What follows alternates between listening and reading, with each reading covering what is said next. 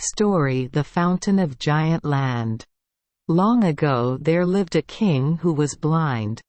He had employed all the wise physicians in the kingdom, but all to no avail.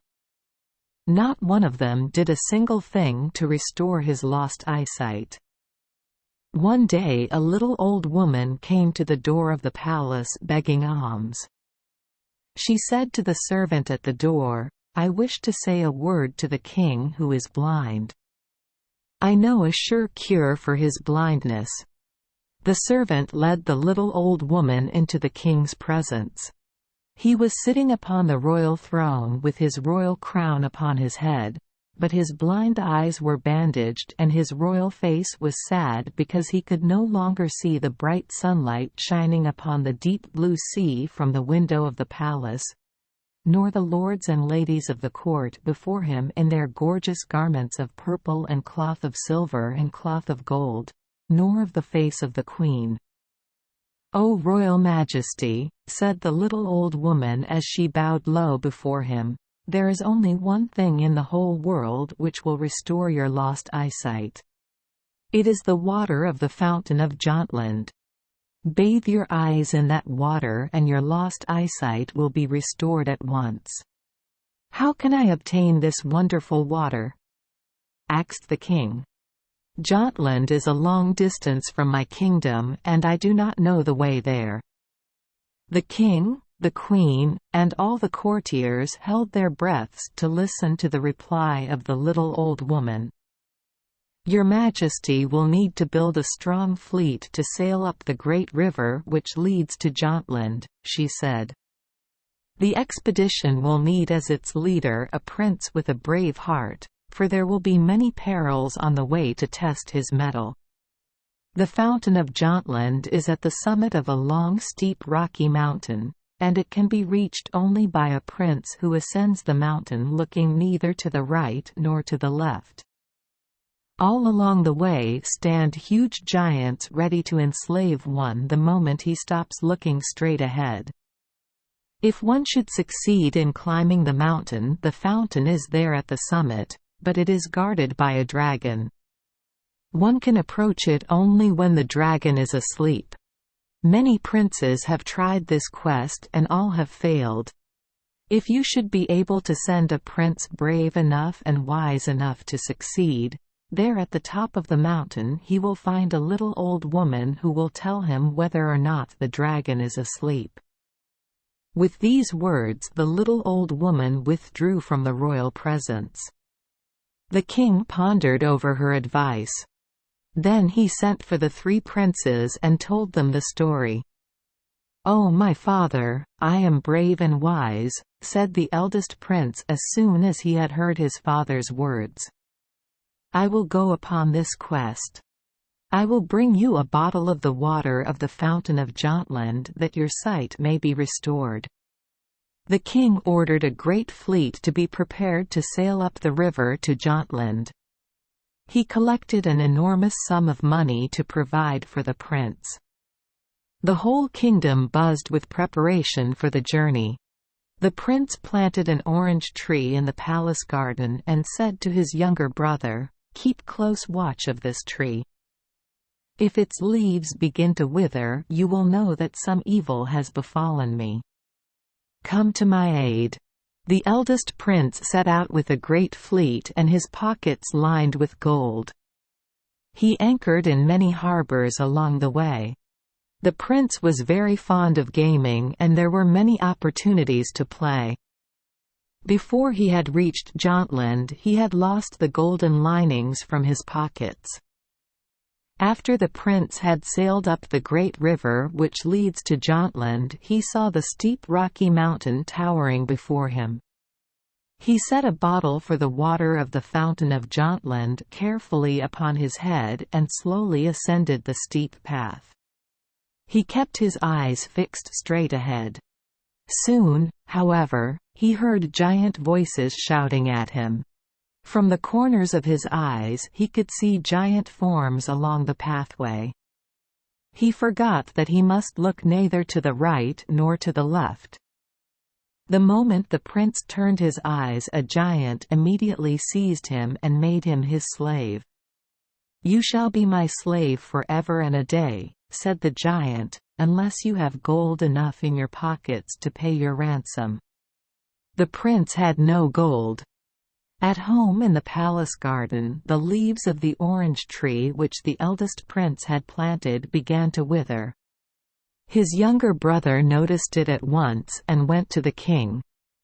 "Oh, my father," said he, "I know that my brother has fallen into trouble.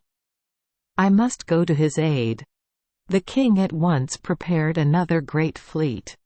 He provided the prince with even more gold than his brother had taken with him. Everyone in the whole kingdom did his best to hasten the preparations. In the palace garden, the prince planted a lemon tree and called the youngest prince into the garden. The youngest prince was playing with his dogs.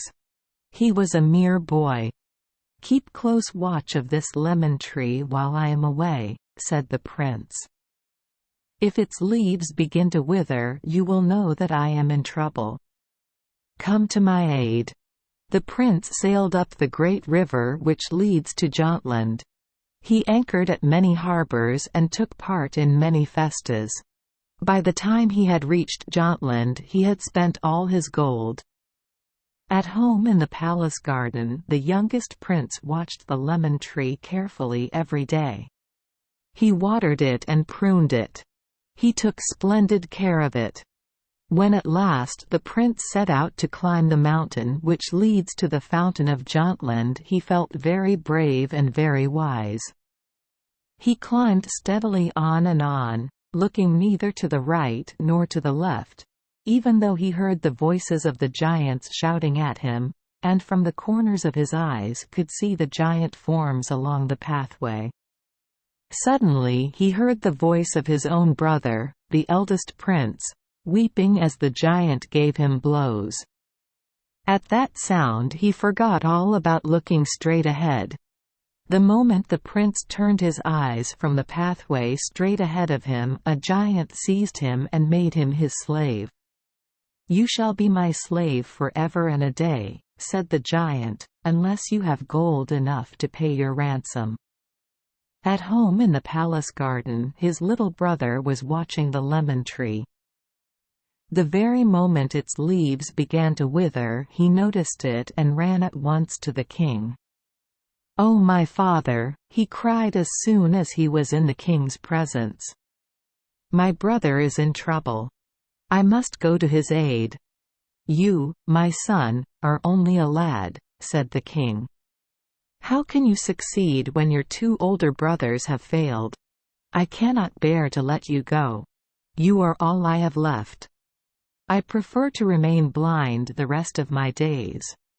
Oh, why did I ever listen to the story the little old woman told me about the water of the fountain of Jotland?" The youngest prince begged so hard to go that at length his father granted his request and prepared a fleet for him. He gave him all the gold he could collect in the kingdom. The prince set out with brave heart. He sailed on his way steadily, although at every harbor there were voices which bade him linger. There were games and feasting and fair maidens. Soon the youngest prince had reached Jotland.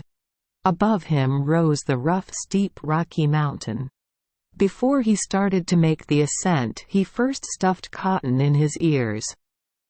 Then he carefully placed upon his head a bottle to fill with the water of the fountain of Jotland. He climbed up the steep mountain, looking neither to the right nor to the left. Through the cotton in his ears, he could faintly hear the giant voices calling him. From the corners of his eyes, he could see the giant forms along the pathway. He resolutely kept his eyes fixed straight ahead and steadily climbed upward, though the path was very rough and full of stones. The cotton in his ears prevented him from hearing the voices of his two brothers crying out when the giants beat them. At length the lad was in sight of the fountain at the summit of the mountain. The little old woman was standing in the path, watching his ascent. As soon as he came near to her, he took the cotton out of his ears so that he might hear what she had to say to him. "You have arrived at a safe moment," the little old woman told him. "The dragon is asleep." The little old woman helped the prince fill the bottle with water from the fountain. Then she said, "The dragon which guards the fountain is an enchanted princess. No prince has ever before been brave enough and wise enough to reach this spot. In a year and a day from this moment her enchantment will be broken. Come again and claim her as your bride." The little old woman gave the prince a ring, and the prince drew a ring from his own finger and gave it to the little old woman. "When the enchantment is broken, put my ring upon the finger of the princess," he said. "Expect me back in a year and a day. I'll be sure to come." The prince made his way back down the steep slope of the mountain, guarding his bottle full of the water of the fountain of Jotland with the utmost care. When he was halfway down the mountain, he saw his two brothers standing in his path. "Viva!" cried they. "You have been successful. You have a bottle full of the water from the fountain. Now if you also have your pockets full of gold, you can pay our ransom and we will return with you to our father's kingdom." "My pockets are still lined with gold which my father gave me," said the youngest prince. "Help yourselves. It is yours if it can serve you." There was more than enough money to pay the ransom of his two older brothers. When they were sailing down the great river towards home, the two older brothers plotted against the youngest prince.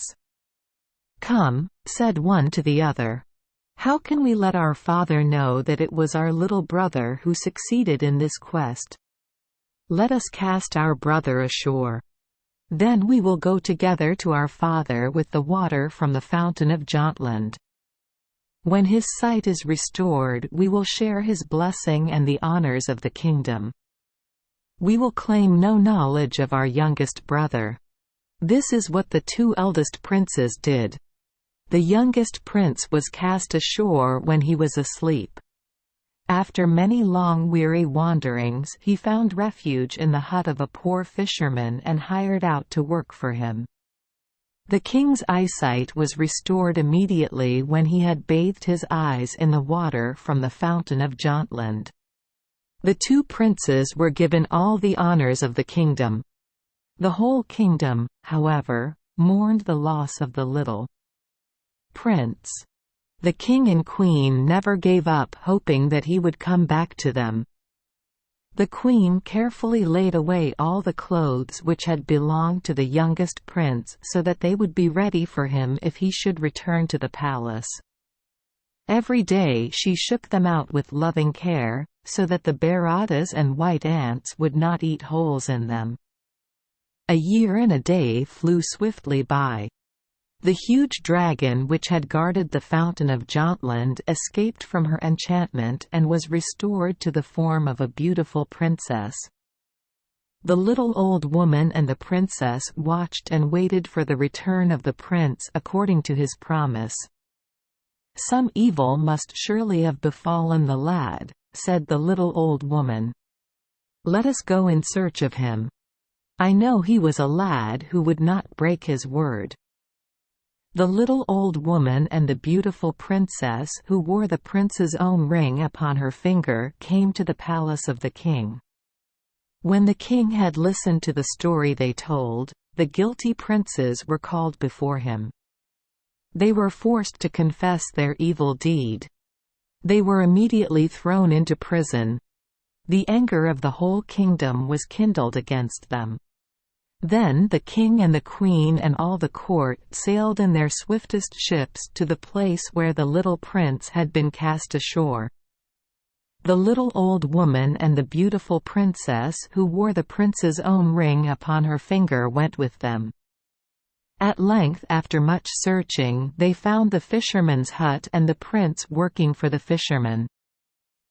The king and the queen and all the court wept tears of joy when they beheld the youngest prince alive and well. The queen wept again when she noticed the poor rough clothing which the prince was wearing. She had brought with her the prince's favorite suit of cloth of gold which she had laid away carefully. When the prince put it on, it was a trifle tight and a little bit too short for him, as he had grown so much in the year. Nevertheless, he looked very handsome in it when he stood before the beautiful princess and claimed her as his bride. The fisherman was greatly astonished at all the proceedings, for he had never dreamed that it was the king's son who had been working for him all the year and sleeping on a mat at his side on the floor of his rude hut. "He may be a prince, but he is the most faithful lad who ever worked for me," said the fisherman. "He is indeed a prince," cried the courtiers, "and the bravest, most faithful prince which any land in all the world ever boasted of. His princely deeds have proven to all the world that he is fit to reign as king over our fair land when I no longer live," said the king as he gave the prince and the beautiful princess his royal blessing. Thank you for joining us for today's fairy tale. We hope these stories bring joy and meaning to your day. If you love our channel, please hit the subscribe button so you won't miss any exciting tales. Wishing you a good night and sweet dreams. See you in the next story.